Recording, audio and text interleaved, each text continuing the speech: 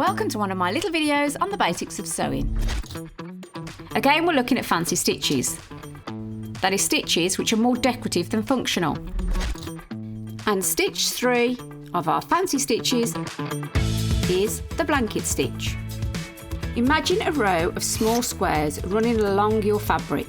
Each square will be one of our stitches. We're going to use these squares as our guide. Right, let's imagine the first square to make the first stitch. Push your needle through from back to the front at the top left corner of the square. Now take your needle down into the fabric at the bottom right corner of the square. Bring the needle back out at the top right corner of the square. Now, this bit's important. As the needle comes out on the top right, make sure the thread sits behind the needle. This is what forms and holds the blanket stitch in place.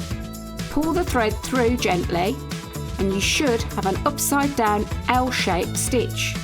This is your first blanket stitch. Let's do that again, but let's look closer. Step 1. From behind, push the needle up through the top left corner. Take the needle down to the bottom right and push it through from front to back. Step 3. Bring the needle out at the top right corner. Make sure the thread sits behind the needle as you pull it through. Now you are ready to continue to sew a row of blanket stitches.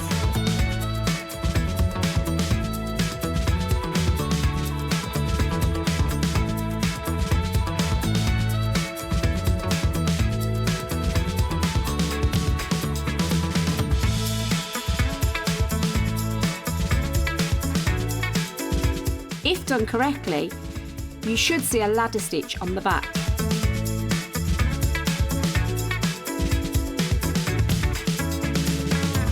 When you finish your first row, always finish on the back as shown in previous videos.